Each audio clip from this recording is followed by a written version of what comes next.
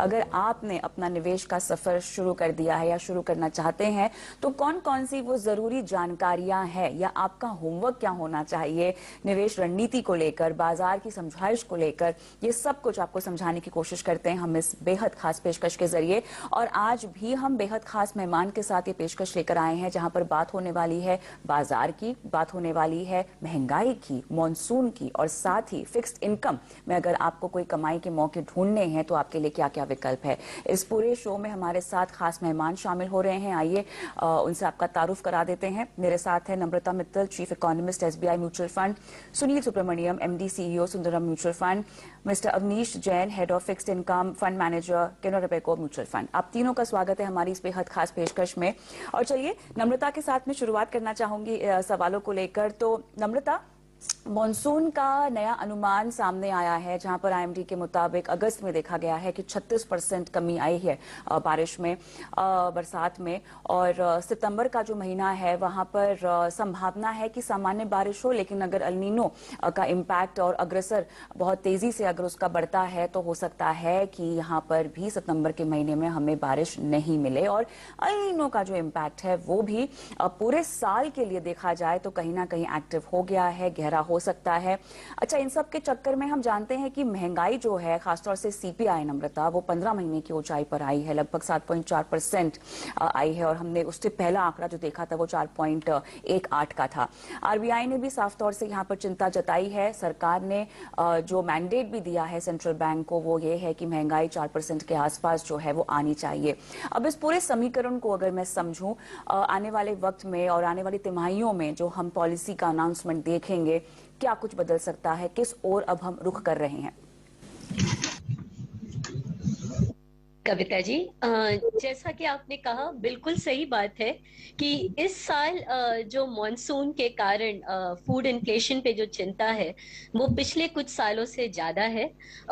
हमारे जो मॉनसून रहे हैं ओवरऑल अभी तक अगर जून से लेके अभी तक देखें तो 7% के डेफिसिट पे रहे हैं।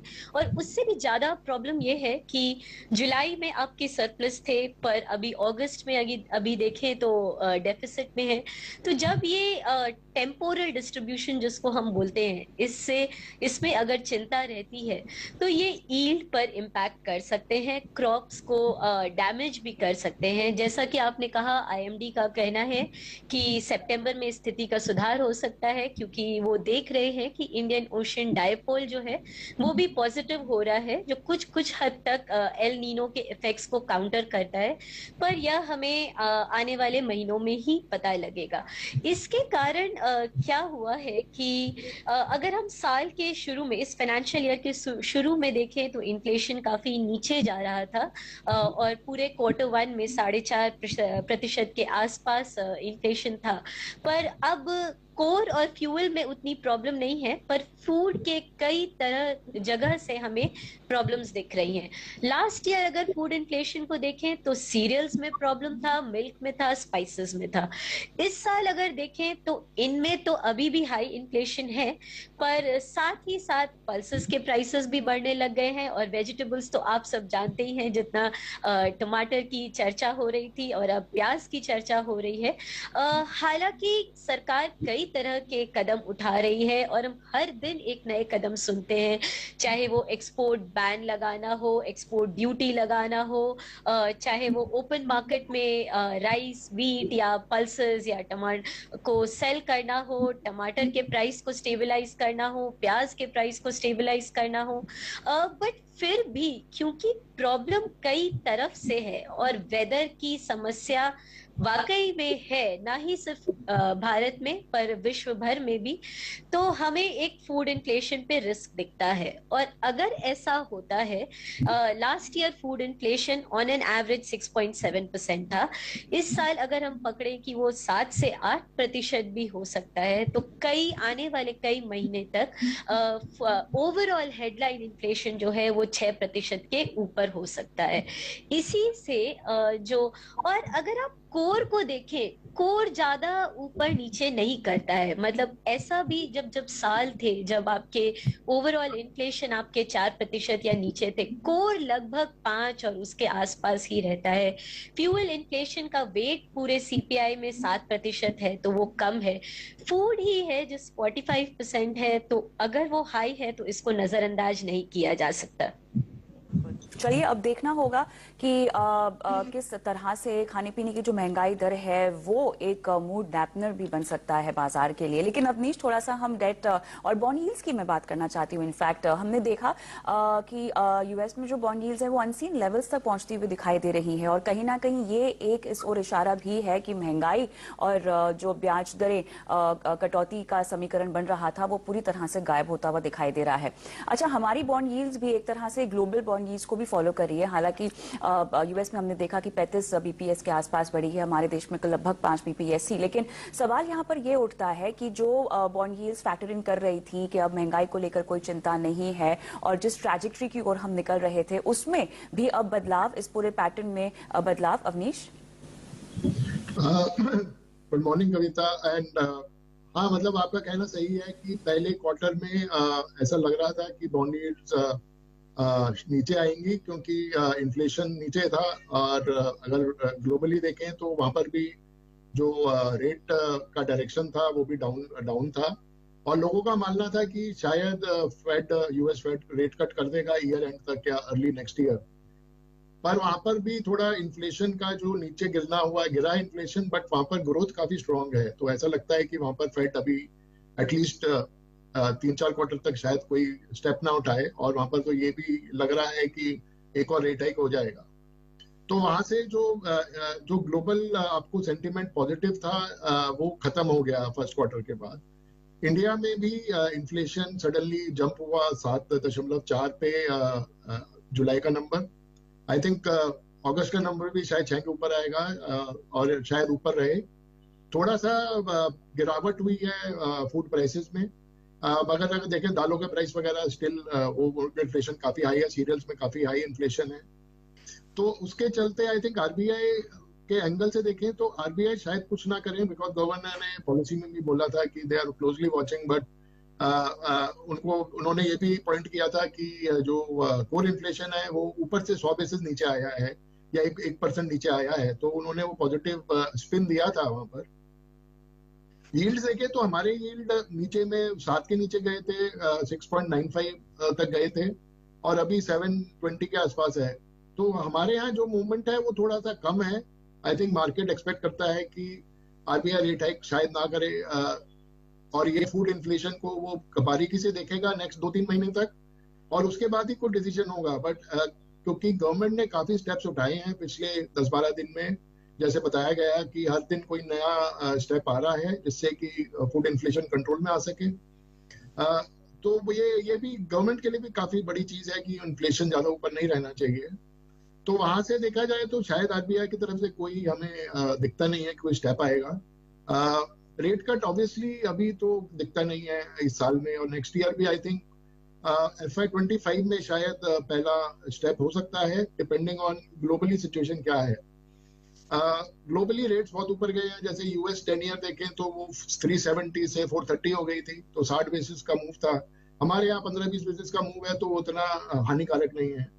तो वहां से और मार्केट में जैसा लगता है ज्यादा ऐसा कोई बियरिश सेंटिमेंट नहीं है अभी डेट मार्केट में। तो वहां से ऐसा लगता नहीं है कि काफी नेगेटिव सेंटिमेंट कुछ बिल्टअप हो रहा है। आई थिंक हमने देख लिया है काफी इन्फ्लेशन भी अभी पास हो गया है, जो हाईएस्ट इन्फ्लेशन है। उम्मीद ये रहेगी कि नेक्स्ट 2-3 महीनों में इन्फ्लेशन का जो डायरेक्शन है वो नीचे की तरफ होगा। तो उस एंगल से लगता है कि अभी मार्केट शायद एक ट्रेडिंग जोन में बैठा रहे, कंसोलिडेशन फेज में रहे। ऐसे यहाँ पे ज्यादा रैली भी नहीं दिख रहा है, बट यहाँ से ज्यादा बिकवाली भी नहीं दिख रहा है कि ज्यादा सेलिंग होगा। तो ये हमारा मानना है। सुनील सर, अब महंगाई पर बात हो गई, बॉन्ड यील्ड्स की बात हो गई, लेकिन इक्विटी बाजार में क्या हो रहा है? महंगाई भी बढ़ रही है, बॉन्ड यील्ड्स भी यहाँ पर बढ़ती हुई दिखाई दे रही हैं। अच्छा, साथ ही एफआईआईज का अगर हम निवेश देखें तो वहाँ बिकवाली थोड़ी सी शुरू हो गई, लगभग 13,000 करोड़ के आसपास का आंकड़ा है अगस्त में अगर हम देखें तो। और विदेशी बाजार में जिस तरह से महंगाई और बॉन्ड यील्ड्स की चाल है उसके मुताबिक यहाँ पर बिकवाली जो है आने वाले सत्रों में क्या बढ़ सकती है। और दिशाहीन भले ही हो बाजार इस वक्त, लेकिन क्या बाजार में किसी तरह का डर है सुनील जी? किस तरह की चाल है ये बाजार की? देखिए, बाजार के लिए डर यही है कि क्या एफआईएस के फ्लोस आउटफ्लोस में बदल सकते हैं बहुत स्ट्रांग तरीके से, क्योंकि डोमेस्टिक फ्लोस तो स्ट्रांग है। और अगर इन्फ्लेशन की बात करें तो मेरा मानना है कि आरबीआई की सोच, देखिए इंडिया की इन्फ्लेशन एक डिमांड ड्रिवन नहीं होती है, सप्लाई ड्रिवन होती है। तो यहाँ पे इन्फ्लेशन या वो इम्पोर्टेड ऑयल के कारण या फूड प्राइसेस ऐसे चीज के कारण इन्फ्लेशन बढ़ती है, और कोई भी रेट हाइक उस इन्फ्लेशन को कंट्रोल नहीं कर सकता है। रेट हाइक का काम होता है डिमांड को घटाना, और अमेरिका या यूरोप जैसी जहां पे डिमांड ड्रिवन इकोनॉमी होती है वहां पे रेट हाइक का असर अब ग्रोथ के ऊपर दिखने की एक उम्मीद रख सकते हैं। बट इंडिया में ये बहुत मुश्किल चीज है। तो उस चीज के कारण मैं कहूंगा कि अगर इन्फ्लेशन, तो आपने बताया टमाटर, ऑनियन, ये सब की बात बढ़ रही है, तो शायद रूरल इनकम भी बढ़ सकते हैं उसके कारण, राइट? फार्म लेवल इनकम भी बढ़ सकते हैं, शायद वो कंजम्पशन के लिए बूस्ट दे सकते हैं। इसकी नेगेटिव कहां पे होगी? शायद एफएमसीजी सेक्टर में, जैसे बिस्किट्स और केचप, यहाँ पे जो इस्तेमाल होता है, तो व्हीट, राइस, शुगर और टमाटर, वेजिटेबल्स, इनके दाम एफएमसीजी के मार्जिन को अफेक्ट करते हैं। शायद थोड़ा एफएमसीजी सेक्टर में मार्जिन कंप्रेशन देख सकते हैं। सेकंड, आरबीआई फिर रेट हाइक करेगी या ना करेगी, ये डिपेंड होता है इन्फ्लेशन पर उतना ज्यादा नहीं, मगर यूएस की रेट हाइक अगर होती है तो करेंसी को मैनेज करने के लिए आरबीआई को रेट हाइक करने की एक मोहब्बत आती है। तो अगर यूएस डॉलर बहुत स्ट्रेंथन होता है तो इंडिया को एक करेंसी बैलेंस करने के लिए आरबीआई फर्स्ट चीज यह है कि क्या है सही लेवल आरबीआई के मन में रुपी का, क्या वो 83 है, 83.50 है, 84 है, ये हम कह नहीं सकते। मगर जैसे ही वो लेवल पार करते दिखते हैं, आरबीआई को रेट हाइक करना पड़ेगा to keep the currency level under control. तो इस रेट हाइक की हालत में फिर हम देख सकते हैं कि बैंक्स के लिए, क्योंकि आज demand growth for funds, deposit growth से और तेजी से बढ़ रहा है, मेरे ख्याल में कुछ भी रेट हाइक को बैंक इजीली बोरोअर्स को पास ऑन कर सकते हैं। तो मेरे लिए रेट हाइक इस स्थिति में बैंकिंग सेक्टर के लिए पॉजिटिव है।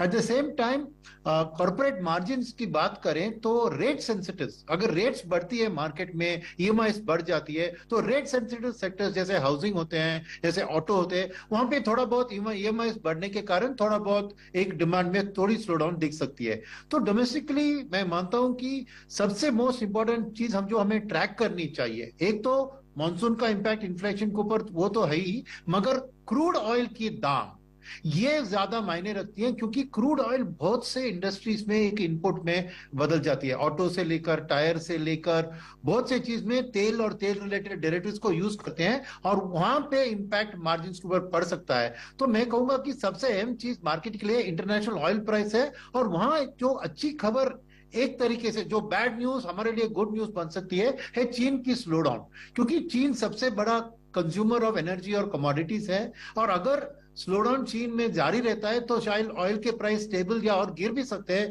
तो एफआईएस के फ्लोज इंडिया में और ज्यादा बढ़ सकते हैं। तो मैं कहूंगा कि मार्केट के लिए दिवाली तक यही चीज होगी कि यूएस में इंटरेस्ट रेट है कितनी तेजी से करने वाले हैं, 1 या 2, उसका असर क्या होगा इंटरेस्ट रेट्स के ऊपर और डॉलर की स्ट्रेंथ के ऊपर, और उस हिसाब से आरबीआई क्या फॉलो थ्रू करेगी। तो ये चीज ट्राई करेंगे। और अच्छी बात यह है कि अगर 2-3 रेट हाइक्स यूएस में कर रहे हैं फेड, तो डेफिनेटली डिमांड को स्लो डाउन करने की कोशिश में आप तेल के दाम में भी गिरावट दे सकते हैं। तो मैं कहूंगा कि आपको ध्यान ज्यादा यूएस के ऊपर और तेल के दाम के ऊपर देना चाहिए अगले 2-3 महीनों में अपनी एलोकेशन इक्विटी में करने के लिए।